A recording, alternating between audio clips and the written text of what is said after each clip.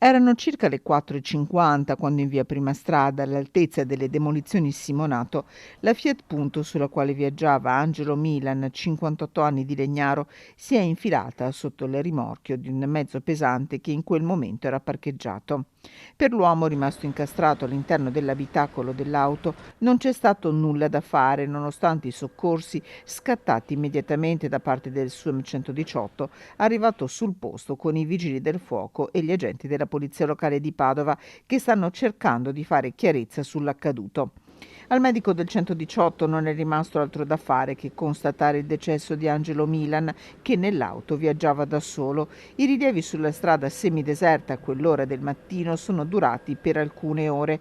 Nessuna traccia è stata rilevata sul manto stradale e l'auto è stata sottoposta a sequestro. Tra le ipotesi su cui sono al lavoro gli investigatori della polizia locale, quella di un malore del 58enne o di un colpo di sonno.